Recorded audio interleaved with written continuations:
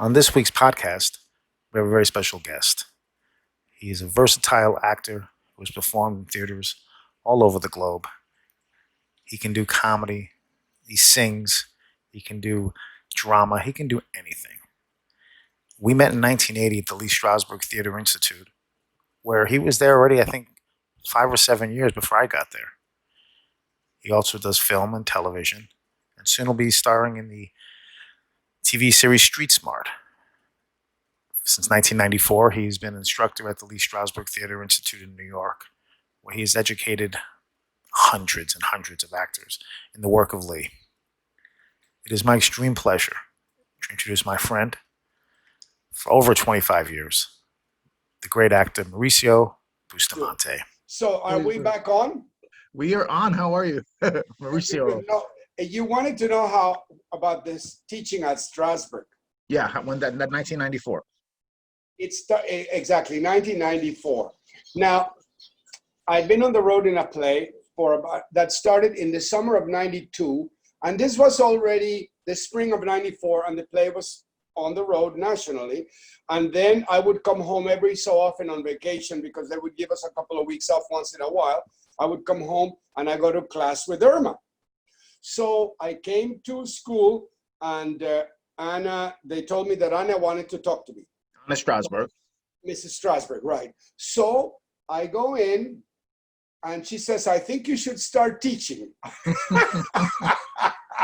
Richie, I thought, should I call 911 and have them come pay Anna a wellness visit? And so anyway, I ran like crazy. I didn't even want to think about it. And then Irma spoke to me about it. And I told her, I just don't have confidence in the way that Lee and you know literature. I don't have that kind of knowledge. She said, remember how Lee spoke to the actor when he didn't know the material. Yeah. And also she said, you will continue to learn the material more and more and more. So, right. So I realized that because I had by that time 20 years of training with Shelley Winters, with Kim Stanley, with Johnny Sticks, with Jeffrey Horn, with Irma already.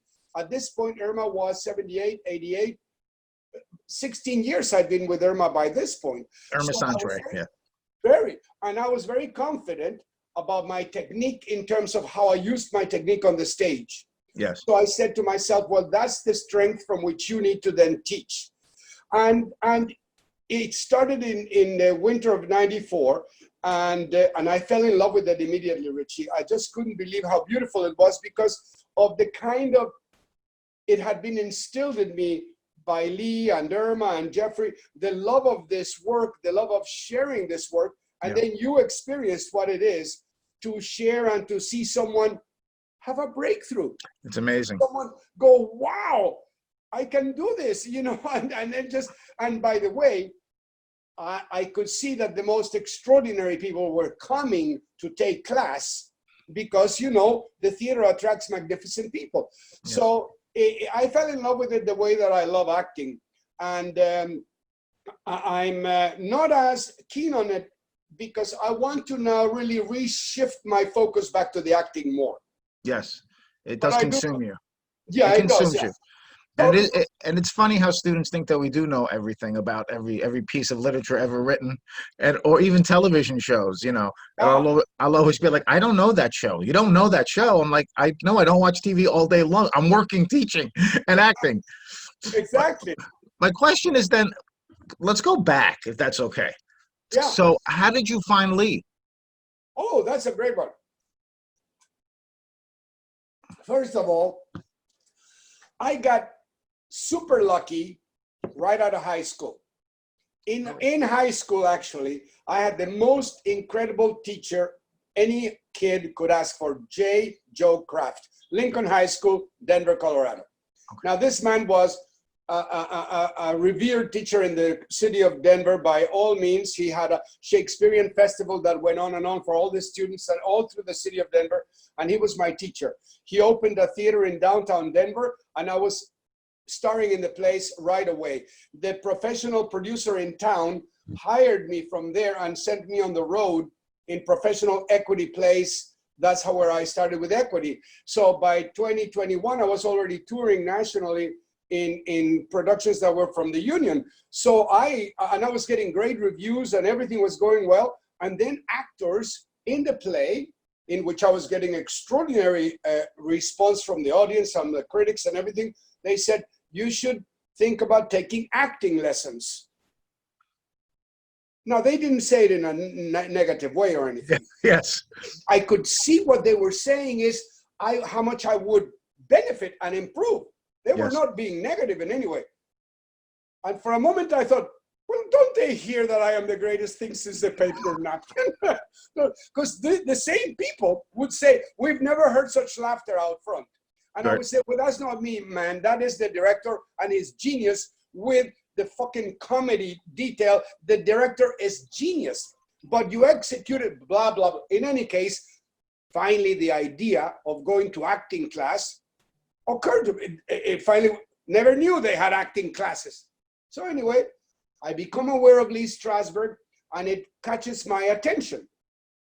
But a beautiful actress by the name of Susan Long took me to his class when they were having open house week in 1973. I went to Lee's class in 1973 on 13th Street. But you weren't living in New York, right? Yeah, I was already since 71. Okay. So I had moved to New York in 71. In 73, she takes me to Lee's class over on 13th Street. The instant I laid eyes on Lee, I knew that's what I wanted to learn to do no matter what. All right, me too. Yeah. Instantly. But Yeah, Richie, it was like watching Einstein or Edison or some fucking genius sitting there talking about what I desperately want to learn to do. Yeah, it was amazing. So now I had a play to do in Minneapolis, so I had to go do the play, plus I also had to earn the money for classes. Then I went, after I finished the play, I went on the road with another, and then I went summer of 75 after 2 plays so I could make the money.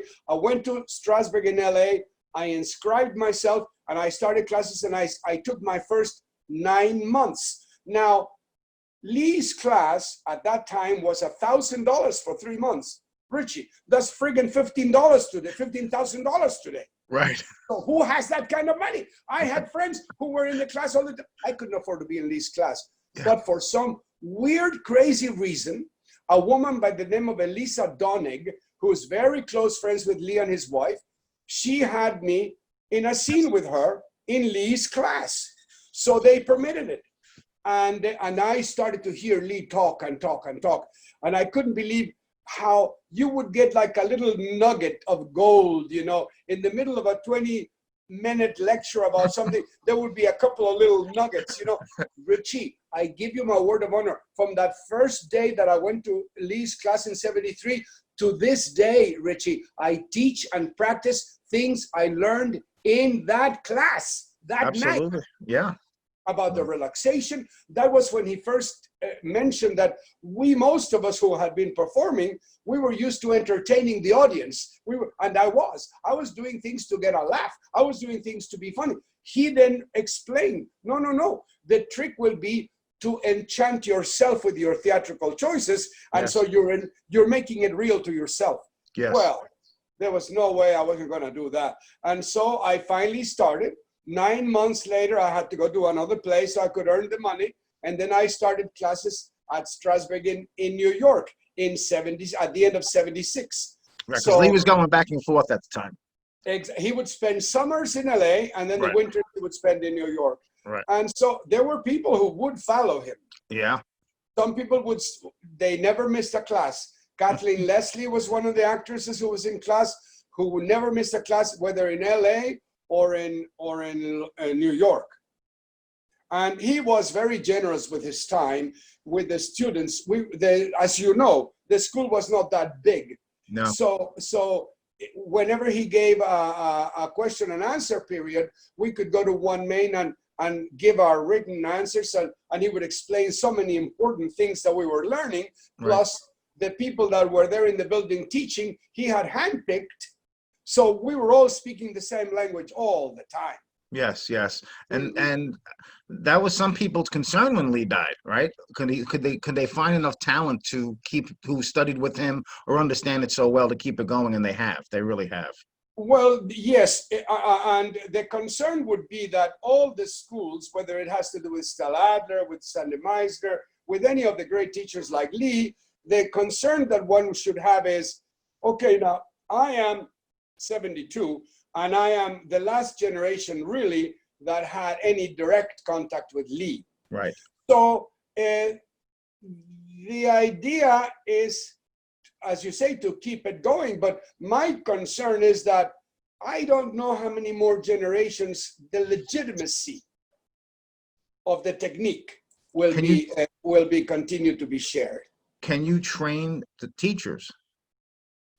Yes. Well, here's someone like Irma could train teachers. Yeah, Irma Sandre, that's the Irma best. Sandre. Irma Yeah. Sandre was a master teacher.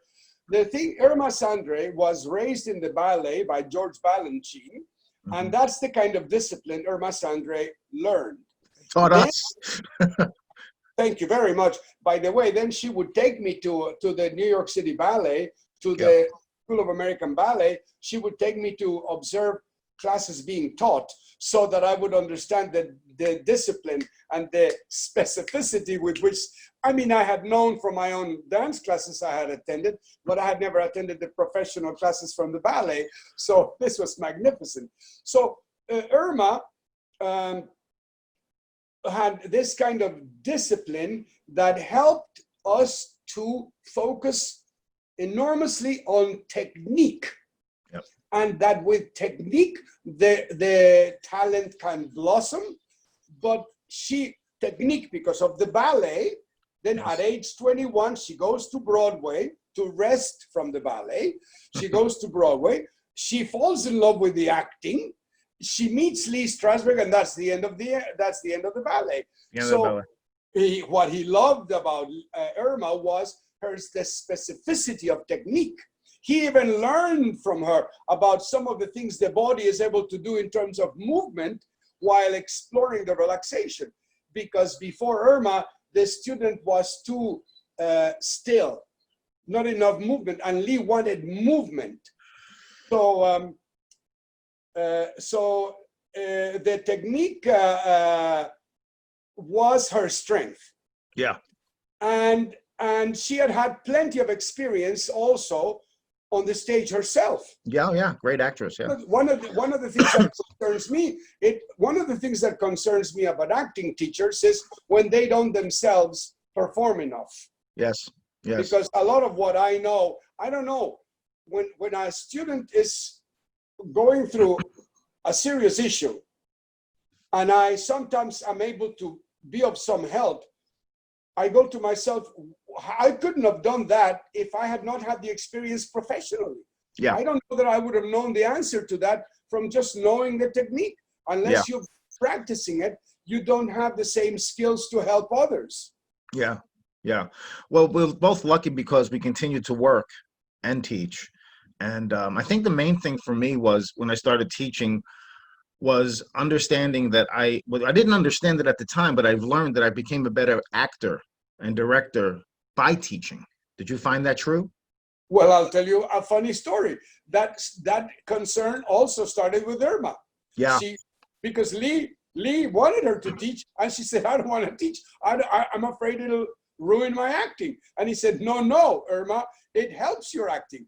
Then when I started doing it, I realized, because when I'm rehearsing, I'm remembering what I'm trying to get across to the actor, and vice versa. So without the practice, but the teaching has helped my understanding of the craft much more by far.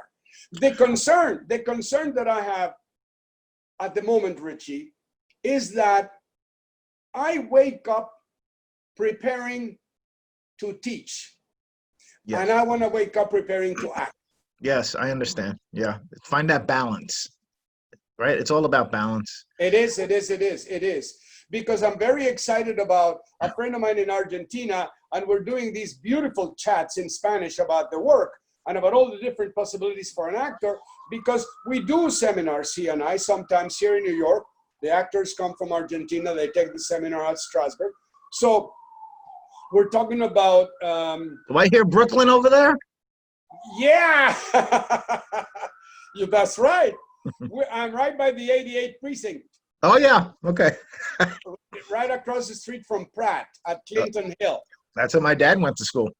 Yep. Well, Yeah. I moved here to a house 2 blocks away from here in 1972.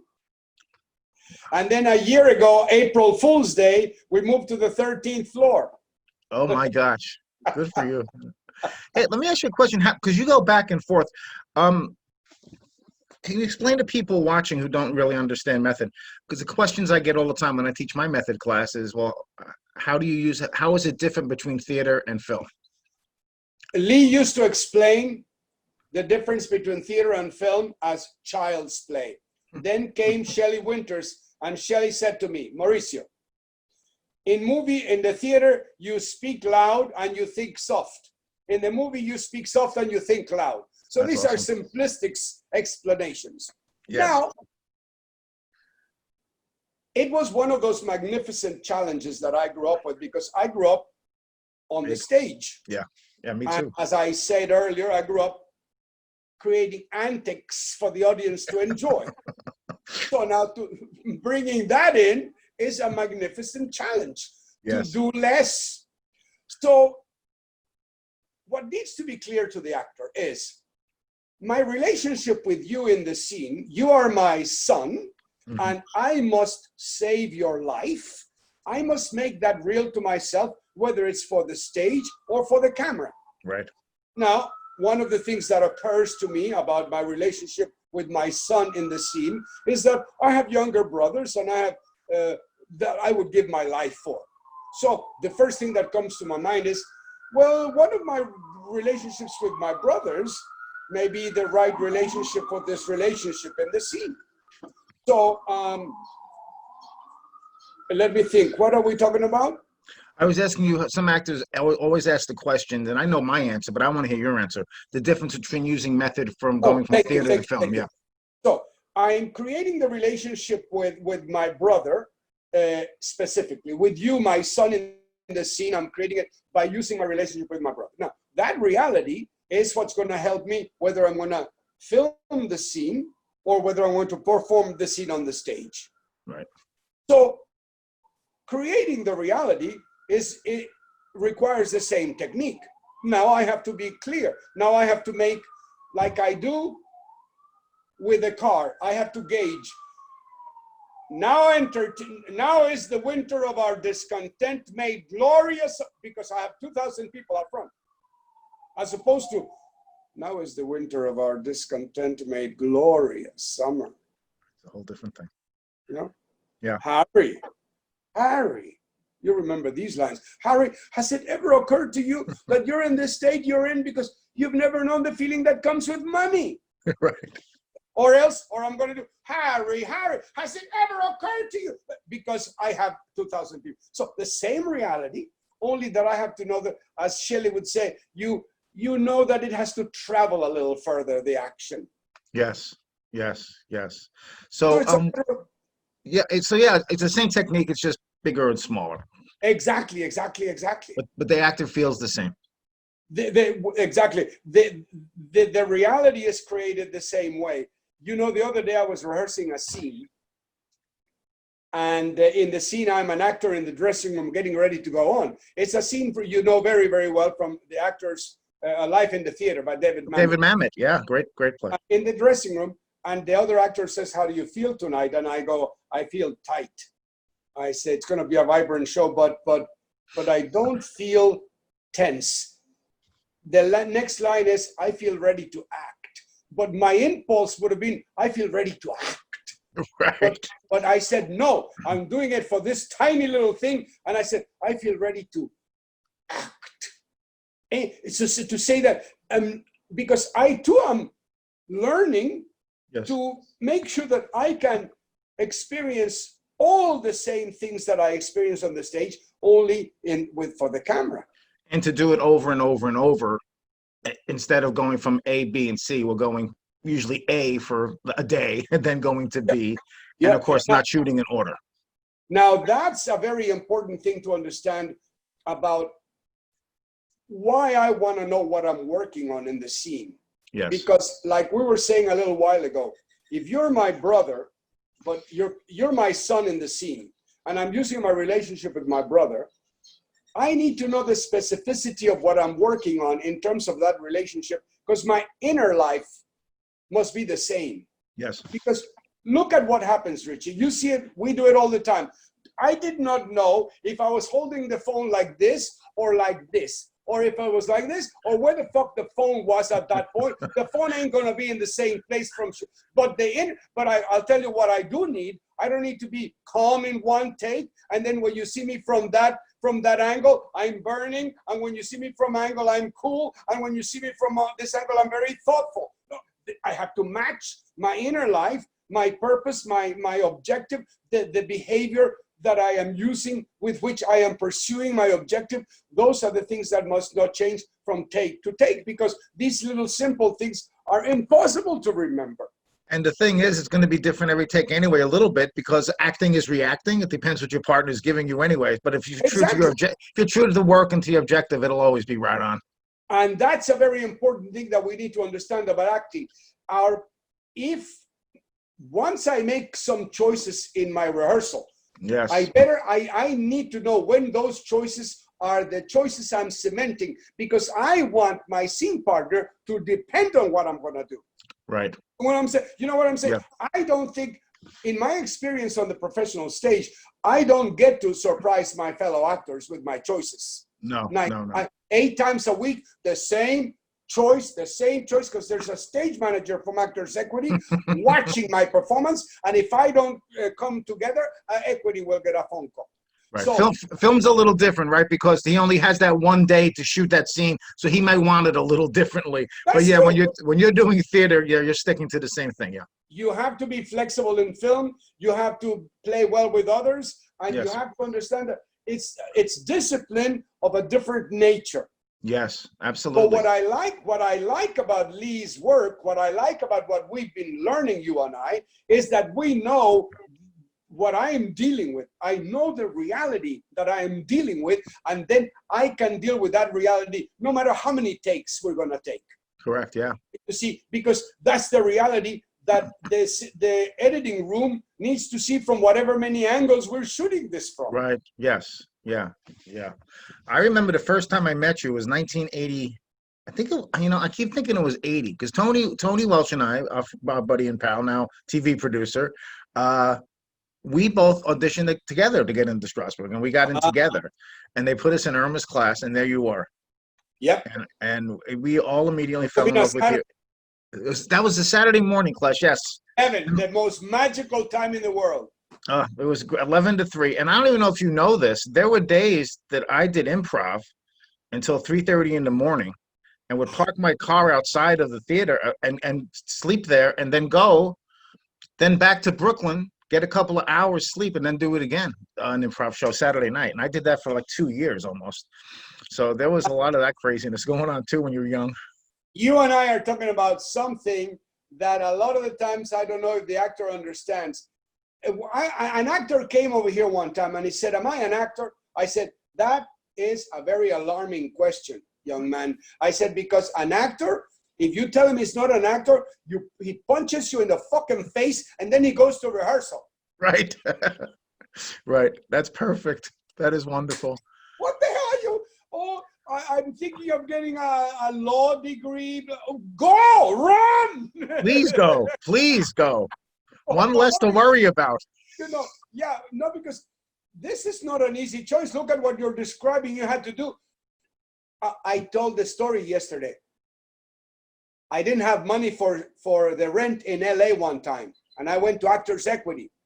They gave me the rent money, and I paid my Strasberg classes with it. So Equity calls me, and they go, "How dare you pay Strasberg? We gave you the money for the rent." And I said, "How could you consider the rent more important than acting classes?" That's awesome. That's how crazy you are when you're an actor. Remember Ruth Gordon? They Yeah. said, what's the secret to success? She said, you refuse to look at the facts. I love it. I love it. It's so weird now. I get a call all the time from my business, and I got a call the other day from a woman, and my wife, I had it on speaker, and my wife was listening to it, and she goes, "Do you get those a lot?" And I'm like, "I do get them a lot," and it's hard for me to be positive when I. So the question is this: she says, I'm looking at your website. I'd like to take an acting class." I said, "Okay." She said, "I have no experience." I said, "Okay, we have beginning classes." This is what and I get this a lot, Mo, all the time. So in 8 weeks, will I be an actor? Will I be on TV in 8 weeks? No, no, it's lifelong. We all still study. They don't want to hear, these kids don't want to hear that because of YouTube and they can make their own, they don't understand the work and it's an ongoing thing. We never stop learning. And And by the way, a real actor welcomes the idea of having to go to class and having an opportunity. Look, tonight I'm going to be in class with Lyle Kessler. I have a monologue, and then this will be about the fourth time I do the monologue. Next week, I'm already rehearsing the scene. Even this way, I'm rehearsing the scene, and I'm going to start doing. But you know what, Richie? I don't want to stop practicing my craft. no, no, no. And Irma would let, I'm getting my 4th month locked up in the house. You think yeah, I'm going to stop? no. I remember I said to Irma once, because we would do relaxation, sense memory, and then scenes. And I said, I have 2 scenes. Is that okay? And she was like, she always let me do 2 scenes in a class. Okay. We loved it. I mean, I was up there as you were all the time. I mean, I got Oh, up yeah. there as much as I could. That's what we had. We had a very beautifully competitive situation where the class secretary would write down in the little square if we did an improv, a scene, or a monologue, and I would go, "Fuck no! Richie's doing more scenes than me. No way. What about?" And so Sally. Sally's got one more. No way. I'm on next week, and I'm on 2 times because. But it was a wonderful atmosphere.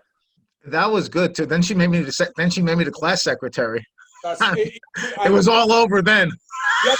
That's when Tracy went back to Europe. I think I became class secretary on Thursdays. You become class secretary on Saturdays. That's right. because that's how we survived the financial blow. Yeah, it was I expensive did back then. every job at that school. I've been a janitor. I worked the front desk. I've been Me class too. secretary. Yeah. I teach. I do plays. Whatever they need done, I'm down. Yeah, and I was there 8 years on and off, and I did the same thing. The front desk, we did all that stuff. We did whatever it took to take classes. Exactly.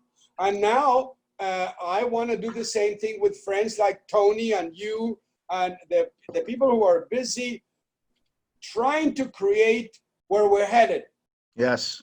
And Yep. this thing with Street Smart is wonderful. And I want to continue to connect my friends with each other, people Yes. that have a production company, people with Yes. talent. I work with Guillermo Ivan all the time with Golden Sava Productions, and Tony and Guillermo belong together. Yes. We need to come over there and work with you. You need to come here and work with us. Yes. I mean, this has got to be a wave of wonderful activity that mustn't stop. No, I'm so happy that you're going to teach for us too. I just put it online the other day, so I'm thrilled. That'll be beautiful, wonderful.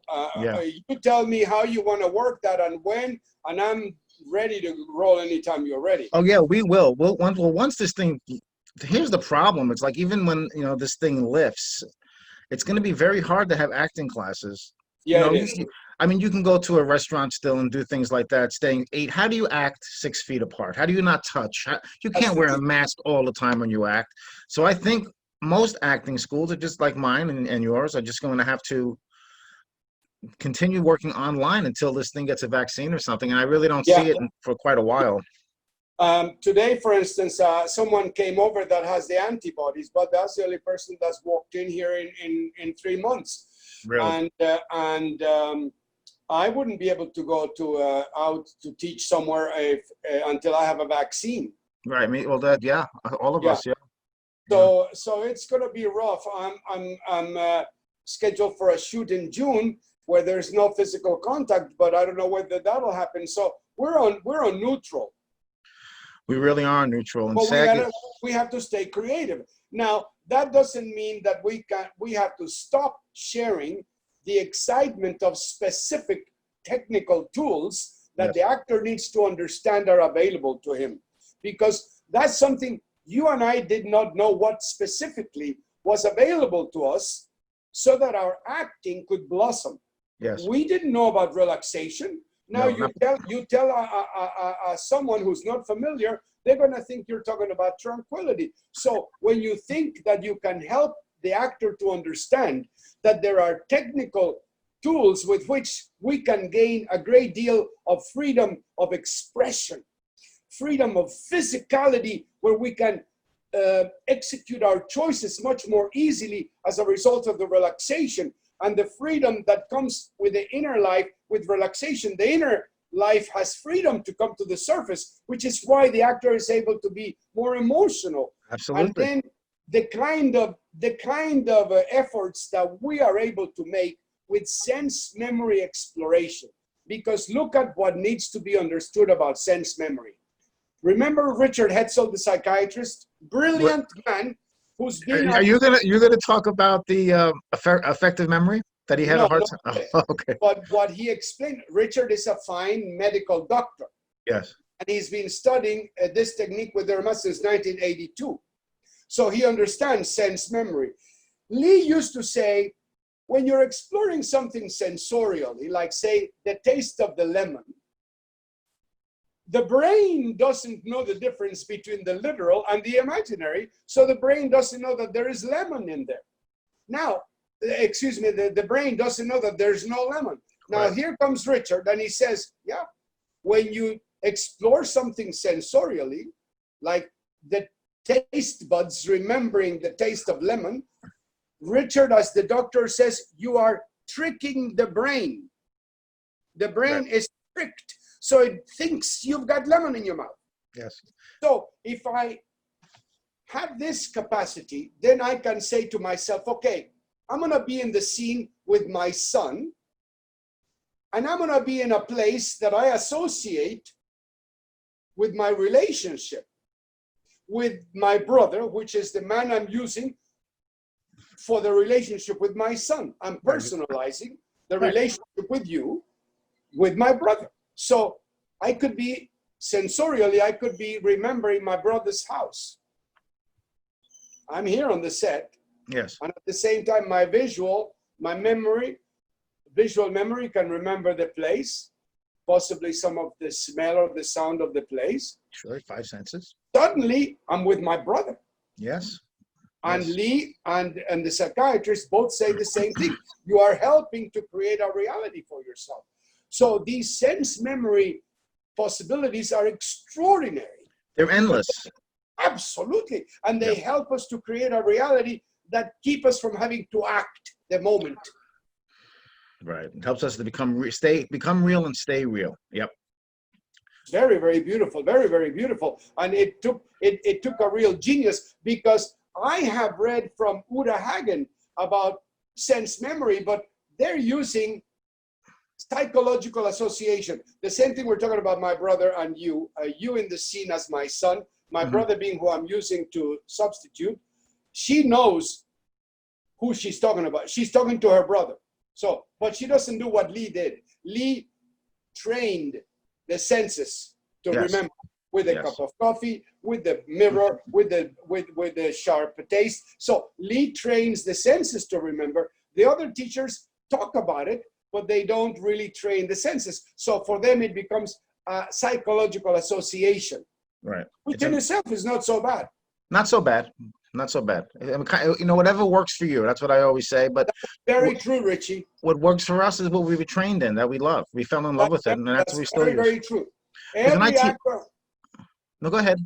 No, every actor has to find the personal, technical way that they fall in love with working. And that's what I teach. I said I'll teach you method. I'll teach you Second City training. Eventually, you'll have to come up with your own system. Yes, exactly. And so long as the actor trusts what they're learning, then they trust that they are on target.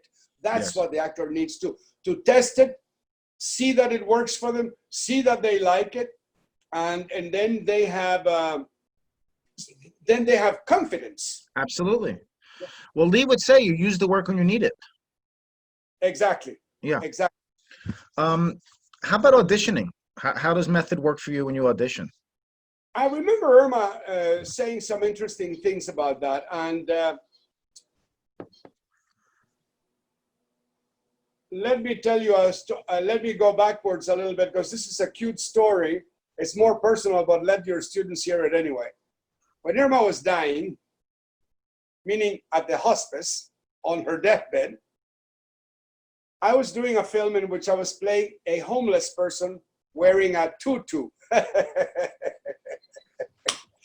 Since she was a ballerina, Yeah, yeah. I was at the foot of her bed going, Irma, and I'm going to do this. And Irma said, listen, just use your actor's faith already. Oh So, my gosh.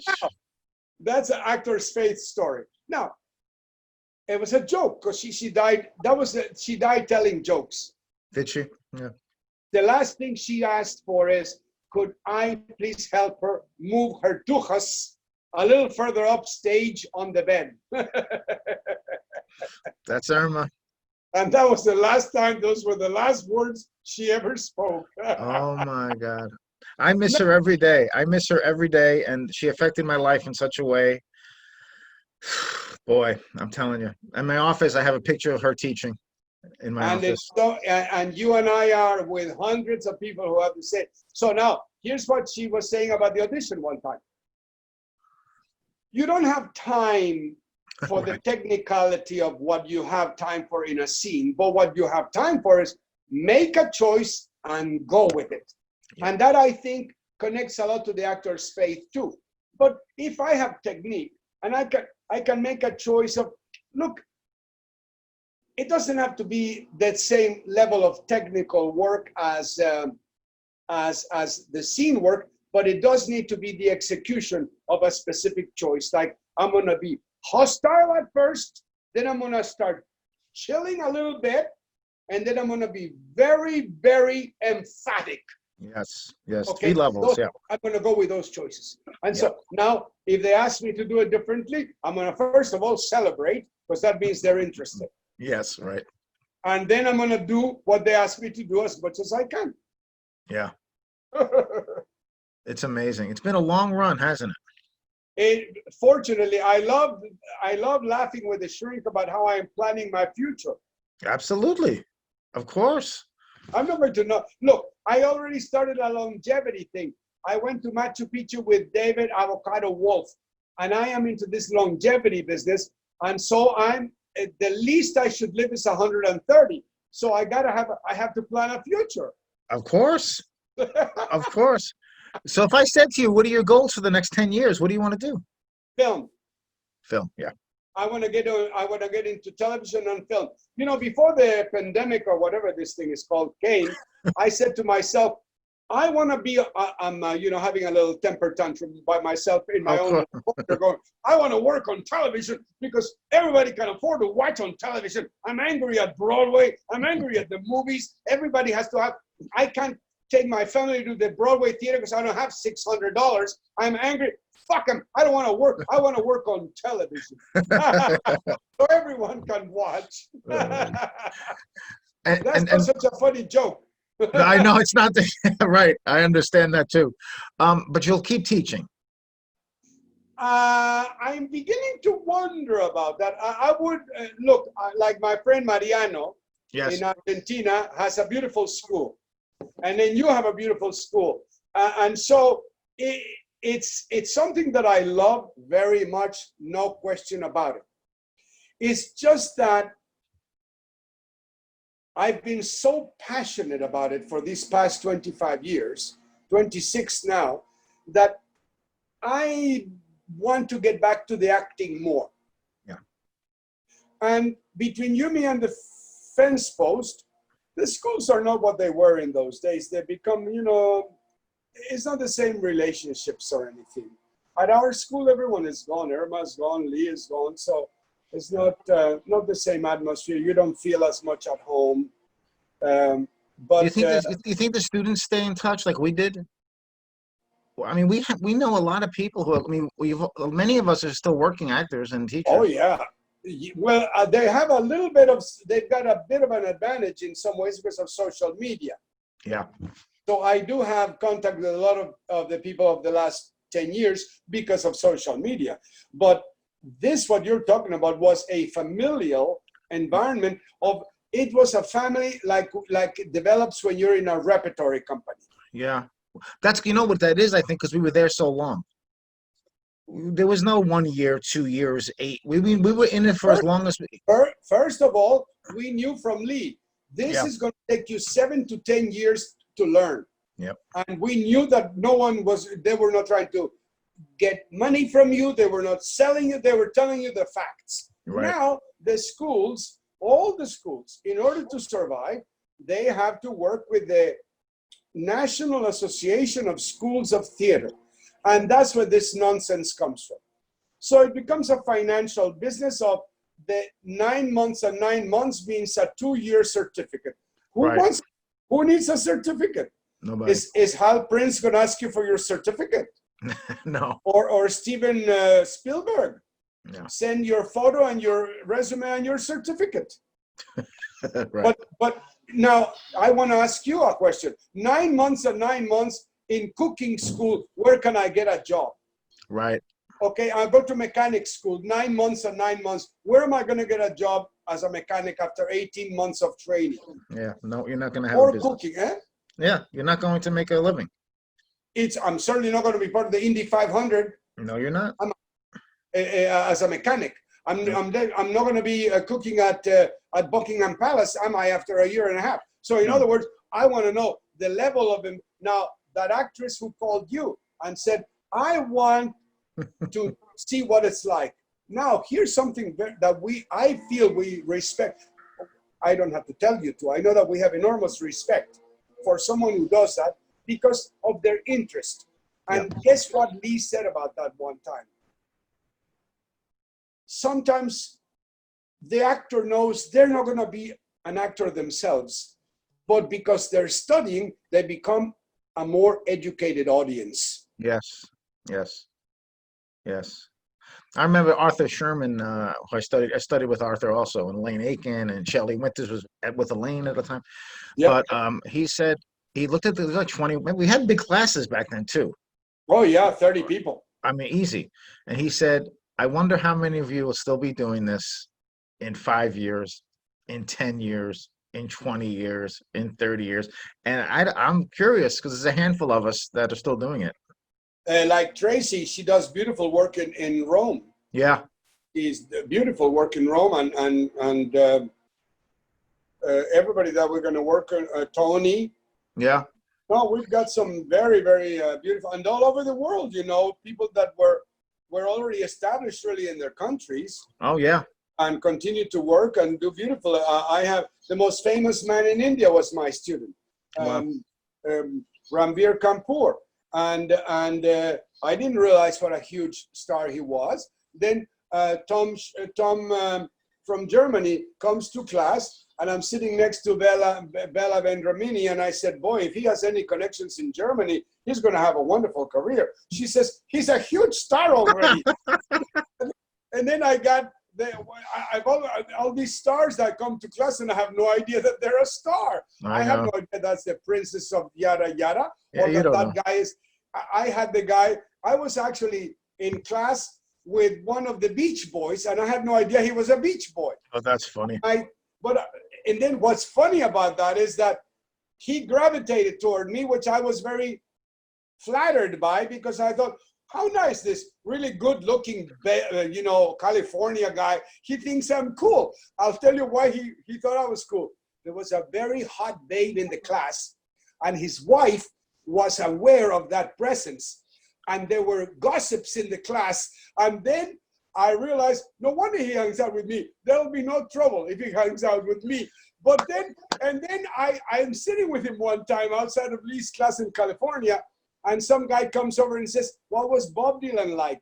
And he said, Danny said, he was a normal person like you and me. And he got up and went into the classroom, and I said, "Why would he know anything about Bob Dylan?" He said, "He's one of the Beach Boys." I go, Oh my "Oh God, my God!" that's fun. At the time, my roommate Mason was a Beach Boy freak, and Oh we my had God. Beach Boy posters all over the house, and I still hadn't put two and two together that this guy Danny was one of the Beach Boys. One last question, and I Yes. thank you for your time. Oh, please. I This mean, is you more know, fun than anything. this has been wonderful. Um, do you ever think about leaving New York and maybe going to No, Los no, Angeles? not seriously. No, never. I do know that I'm willing to become bi-coastal, yes. Yeah. And for instance, I know that, yeah, going to Los Angeles for work, absolutely, yes. Or any place else in the world. If it's work, I'll go anywhere. But my residence will always be in New York, I think.